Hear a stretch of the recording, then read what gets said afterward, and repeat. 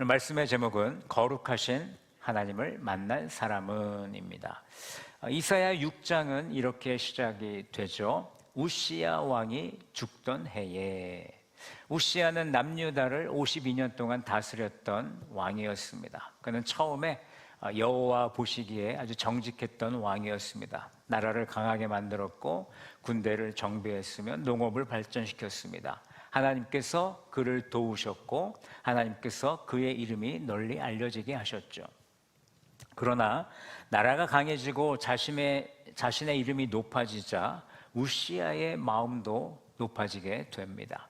역대하 26장에 보시면 우시야에 대한 이야기를 언급하고 있는데 16절에 이렇게 기록되어 있습니다. 그가 강성하여짐에 그의 마음이 교만하여 악을 행하여 그의 하나님 여호와께 범죄하되 곧 여호와의 성전에 들어가서 향단에 분향하려 한지라라고 말씀합니다. 우시야는 왕으로서의 역할만 감당한 것이 아니라 제사장이 해야 될 그 일을 넘보게 되었던 것이죠. 분향까지 하고 자신이 그 일을 감당하려고 했다라는 것입니다. 하나님께서 정하신 경계를 넘어섰고 하나님께서 세우신 질서를 가볍게 여겼다라는 것이죠.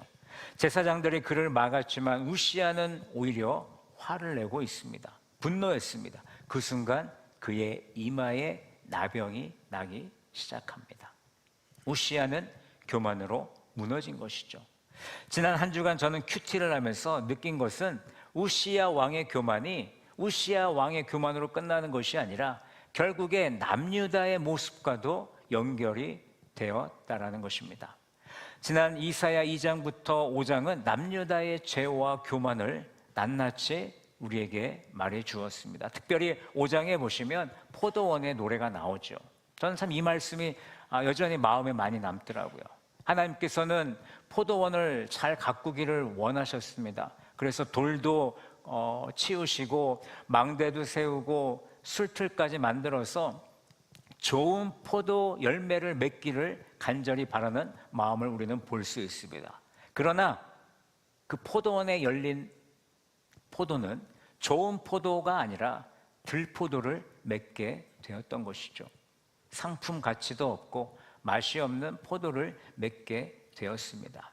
결국 그것은 남유다 백성들의 상태를 말해주는 것입니다. 그들은 하나님을 잃어버렸고요. 하나님의 말씀에 관심이 없습니다. 악과 정의를 구분하지 못하고 스스로를 지혜 있다라고 여겼습니다. 결국 남유다 전체가 교만했다라는 것을 우리에게 보여주는 것이죠. 왕도 높아졌고 백성도 높아졌습니다. 사람들은 하나님보다 다른 우상을 섬기고 재물과 힘을 의지했습니다. 그런 시대에 우시야가 죽게 되었고 이사야가 하나님의 말씀을 전하게 되었다라는 것이죠. 그때 이사야는 성전에서 높이 들린 보좌에 앉으신 하나님을 환상으로 보게 됩니다. 우시야의 왕좌는 비었지만 하나님의 보좌는 비어있지 않았습니다. 우시야는 교만으로 무너졌지만 하나님은 높이 들린 보좌에 앉아서 온 세상을 다스리고 계셨던 것이죠. 본문에서 이사야는 거룩하신 하나님을 만나게 됩니다. 그리고 하나님을 만난 이사야에게 놀라운 변화가 일어나기 시작합니다. 오늘은 이사야에게 일어난 그 세 가지 변화를 여러분들과 함께 살펴보겠습니다. 우리도 거룩하신 하나님을 만나서 이사야에게 임했던 변화가 우리 서머나 성도들의 삶에도 함께 일어나기를 예수님의 이름으로 간절히 소망합니다. 먼저 하나님을 만난 사람은요, 자신의 죄를 깨닫습니다. 이사야는 높이 들린 보좌에 앉으신 하나님을 보았습니다. 하나님의 옷자락은 성전에 가득했고 스랍들은 하나님 곁에서 하나님을 섬기고 있었습니다. 스랍에게는 오늘 말씀에 나와 있는 것처럼 6날개가 있었죠. 2날개로는 그들의 눈을 가렸고 2날개로는 그들의 발을 가렸고 2날개로는 날고 있었습니다.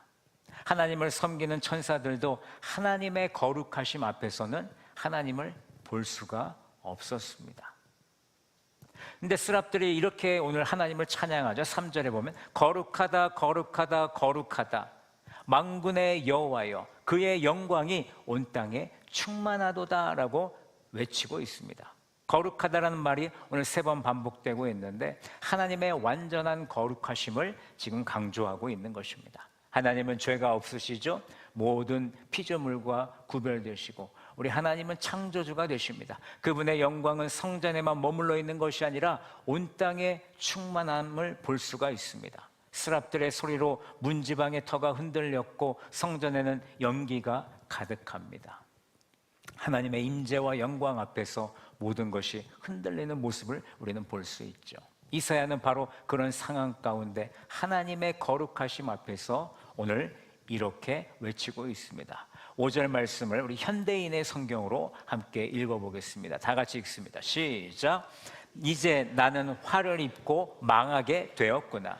내가 스스로 입술이 더러울 뿐만 아니라 입술이 더러운 사람들 틈에 끼어 살면서 전능한 여호와이신 왕을 보았으니 어떻게 하면 좋을까?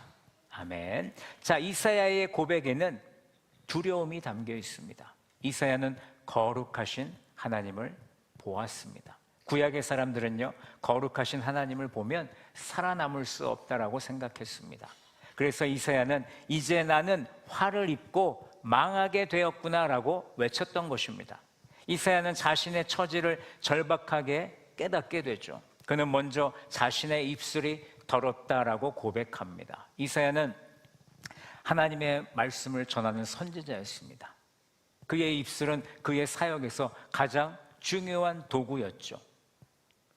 그러나 하나님은 하나님의 거룩하심 앞에 이사야가 서자 자신이 가장 잘 사용한다고 생각했던 입술의 부정함을 보게 된 것입니다. 이사야는 자신의 입술이 더러운 백성 가운데 살고 있다는 사실도 함께 고백합니다. 남유다 백성은 하나님을 떠났죠. 교만했고 탐욕스러웠으며 불의한 말을 쏟아냈습니다. 이사야도 그 백성과 완전히 분리된 사람은 아니었습니다. 그는 부정한 공동체 안에 살고 있었고 자신에게도 같은 부정함이 있음을 인정하고 있습니다. 이사야는 유다 백성의 죄를 선포했던 사람이에요. 교만한 사람들을 책망했고 불의한 지도자들을 지적했고 탐욕과 우상 숭배를 경고했습니다. 그러나 본문에서 거룩하신 하나님을 만나자 그의 고백이 달라졌다는 것입니다. 화로다 나여라고 그의 고백이 있습니다.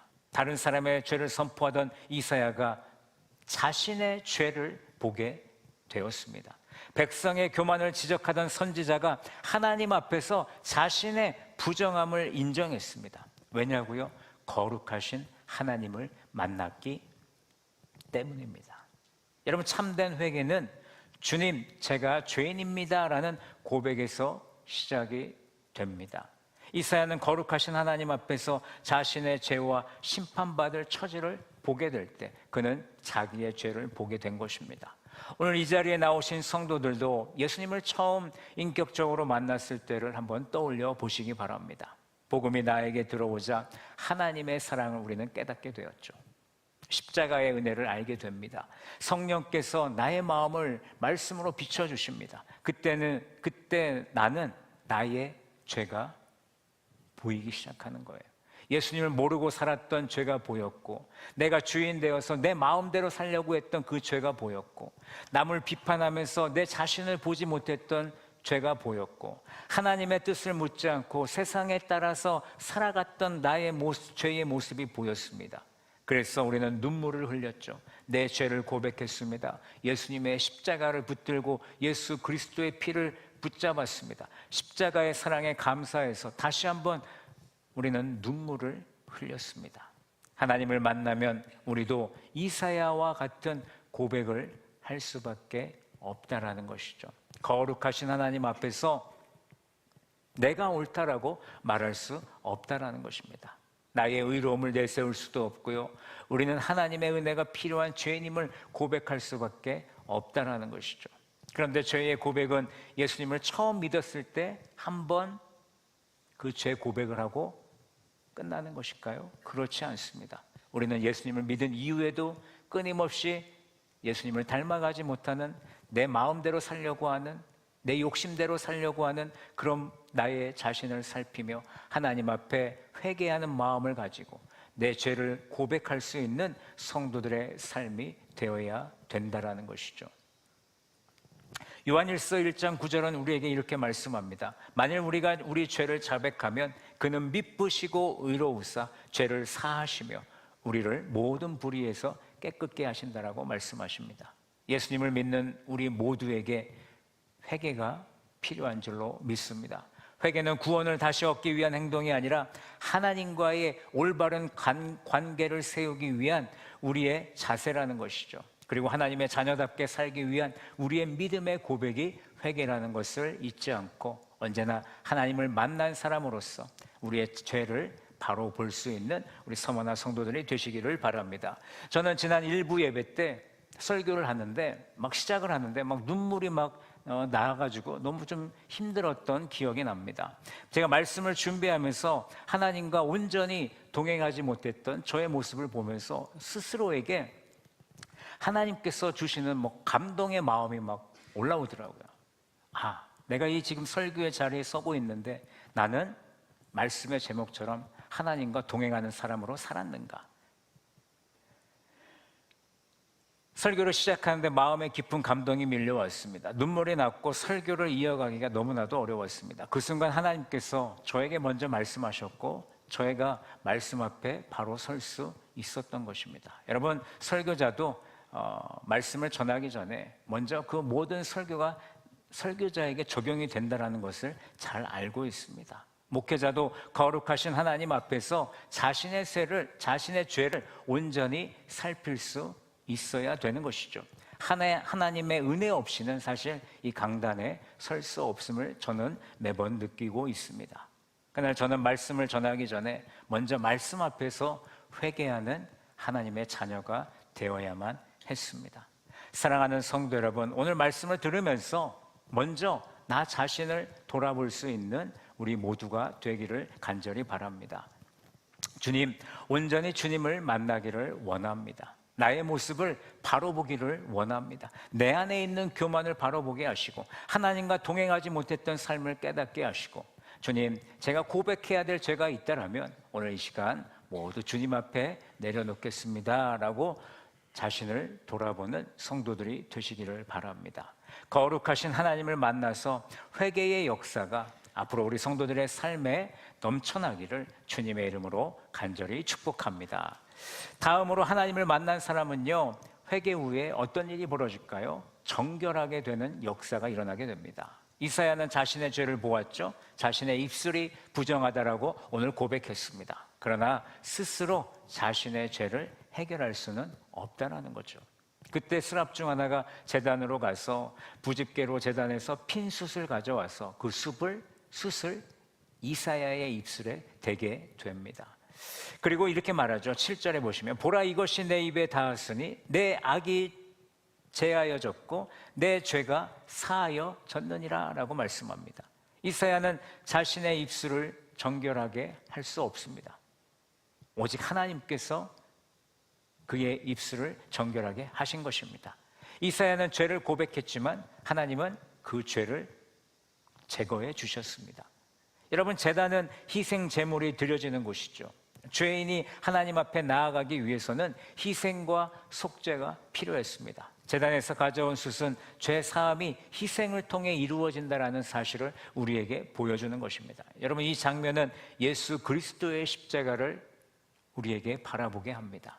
예수님께서 우리의 죄를 대신 지고 십자가에 죽으셨다는 것이죠. 그리스도의 보혈이 오늘 이 자리에 예배드리는 우리의 죄를 깨끗게 하신 줄로 믿습니다. 요한일서 1장 7절은 이렇게 선포합니다. 우리 함께 이 말씀 읽어봅니다. 시작. 그 아들 예수의 피가 우리를 모든 죄에서 깨끗하게 하실 것이요. 아멘. 여러분, 오직 우리의 모든 죄를 깨끗게 하실 수 있는 것은 오직 예수 그리스도의 피인 줄로 믿으시기 바랍니다. 하나님은 이사야의 죄를 용서하셨습니다. 죄책감만 덜어주신 것이 아니라 그를 다시 하나님의 사람으로 세워주셨습니다. 마찬가지로 하나님께서 우리의 죄를 용서해 주시고 우리의 죄책감만 덜어주시는 것이 아니라 우리를 하나님의 사람으로 세우시기 위해서 바로 예수 그리스도를 우리에게 보내주셨고, 그 예수 그리스도가 십자가에 죽으셨고 그 피로 우리의 죄를 깨끗게 하셨다라는 것입니다. 여러분, 성경에는 하나님께서 죄인을 정결하게 하시는 장면이 또 나오는데, 스가랴 3장에 보면 대제사장 여호수아가 여호와의 천사 앞에 서 있습니다. 대제사장은 백성을 대표해서 하나님 앞에 서는 사람이었죠. 그러나 여호수아의 옷이 더러워졌습니다. 3장 3절에 보면, 스가랴 3장 3절에 보면 여호수아가 더러운 옷을 입고 천사 앞에 서 있다라고 말합니다. 거룩한 직분이 그의 죄를 가리지 못했고, 대제사장이라는 이름도 더러운 옷을 깨끗하게 만들지는 못했습니다. 그 곁에서 사탄이 서서 여호수아를 고발합니다. 여호수아는 스스로 결백하다고 주장할 수 없었습니다. 그의 옷은 실제로 더러웠습니다. 그때 하나님께서 명령하셨죠. 4절에 보시면 그 더러운 옷을 벗기라. 그리고 여호수아에게 말씀하십니다. 4절 계속해서 보면 내가 내 죄악을 제거하여 버렸으니 내게 아름다운 옷을 입히겠다라고 말씀하십니다. 여러분, 여호수아가 자신의 더러운 옷을 씻은 것이 아니라는 거예요. 하나님께서 그 더러운 옷을 벗겨주셨고, 아름다운 옷도 여호수아가 준비한 것이 아니라 하나님께서 그 아름다운 옷을 입혀주셨다라는 것입니다. 그의 죄를 제거하시고 다시 대제사장의 사명을 감당하게 하신 것이죠. 무슨 얘기냐? 정결은 하나님께서 베푸시는 은혜라는 것입니다. 우리는 죄를 깨닫고 회개해야 됩니다. 그러나 우리의 눈물과 결심이 우리의 죄를 씻지 못한다라는 거죠. 예수 그리스도의 십자가가, 예수 그리스도의 십자가의 보혈이 우리를 깨끗게 한다라는 것입니다. 여호수아의 더러운 옷을 벗겨주신 하나님께서 이사야의 부정한 입술도 정결하게 하셨는데, 하물며 오늘 우리 예수 그리스도를 믿는 우리도 우리 주님께서 우리를 정결하게 해 주실 줄로 믿습니다. 혹시 성도님들 가운데 아직도 자신의 과거와 또 어떤 실패 때문에 하나님께 쓰임받을 수 없다고 생각하는 성도들이 계실 수도 있겠습니다. 나는 너무 많은 죄를 지었다. 나는 하나님 앞에 깨끗하지가 못해. 나는 하나님의 일을 할 자격이 없어라고 생각하시는 성도가 계십니까? 여러분, 우리는 스스로 깨끗해질 수 없습니다. 그래서 예수님께서 십자가를 지신 것입니다. 죄를 여러분 가볍게 여기지 않기를 원합니다.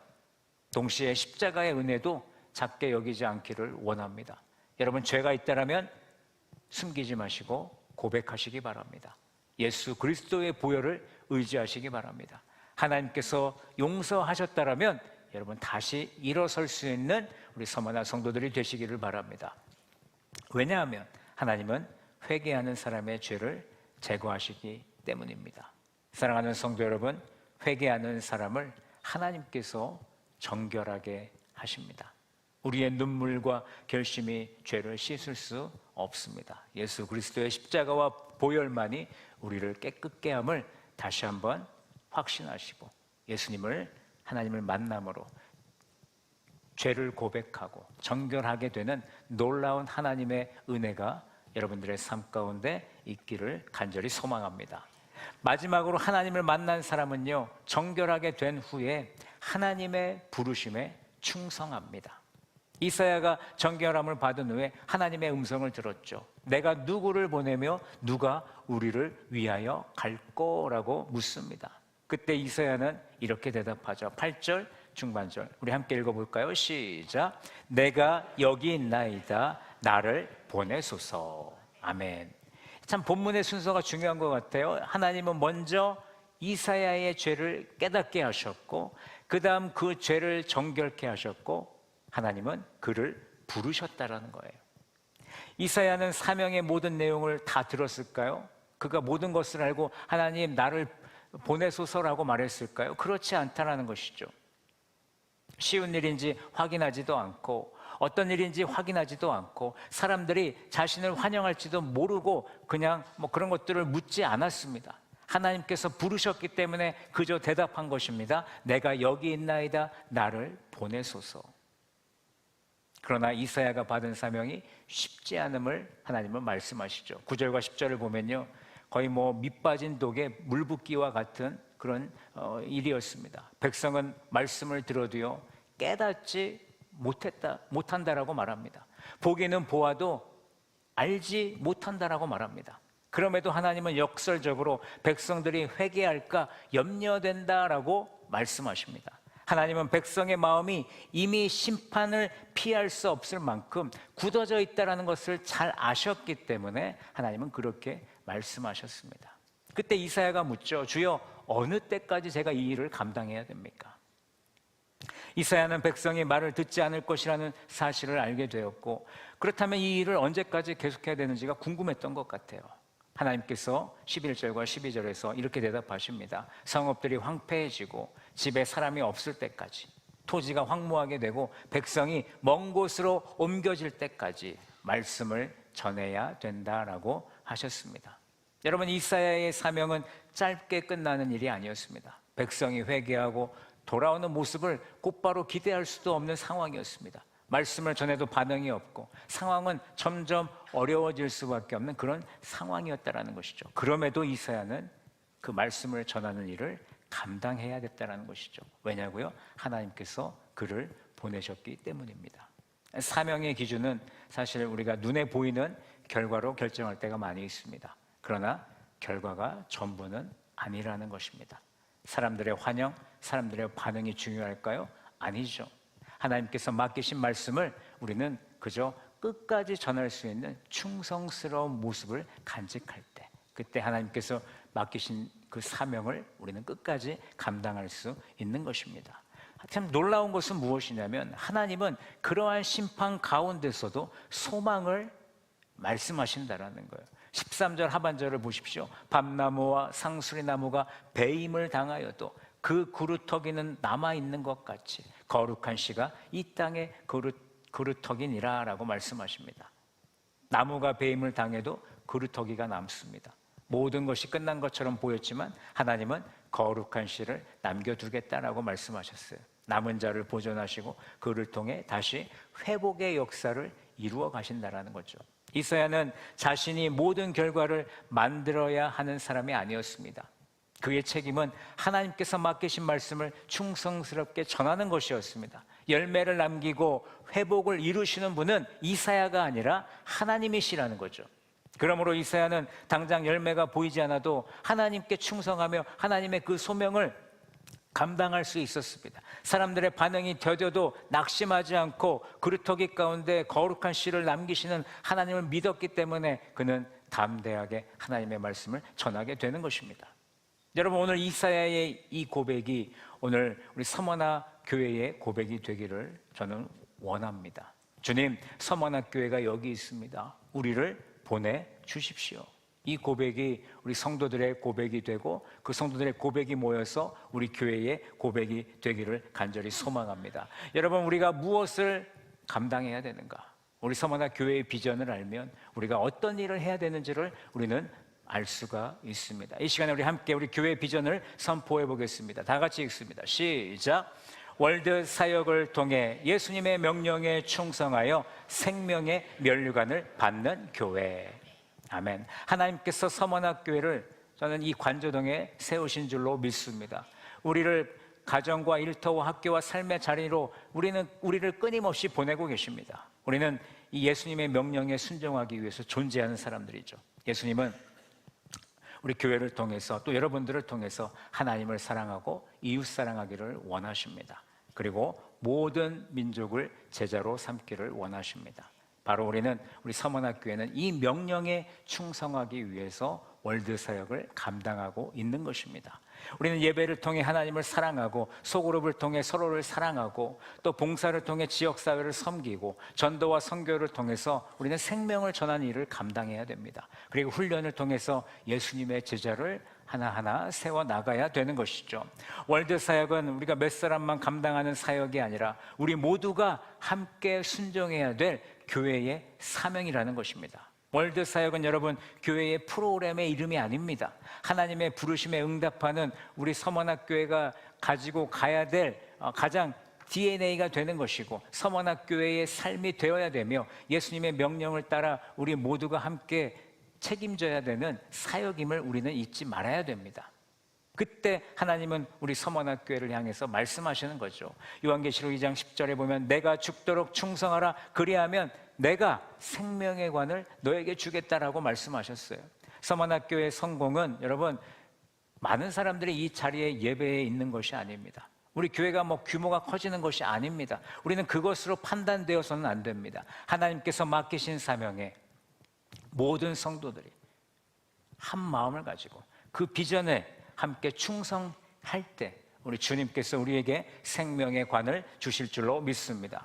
사실 이사야도 쉬운 사명을 받지 않았죠. 즉각적인 열매가 보이지 않았습니다. 그러나 하나님께서 보내셨기 때문에 끝까지 그는 말씀을 전했던 것처럼 우리 서머나교회도 마찬가지로 우리가 즉각적인 열매가 보이지 않는다고 해서 이 비전을 내려놓을 것이 아니라 끝까지 그 비전을 붙들고 하나님께서 일하심을 우리 두 눈으로 함께 확인하며 하나님의 그 일하심에 동참함으로 생명의 면류관을 받는 서머나 성도가 되어야 된다라는 것입니다. 여러분 상황이 어려우십니까?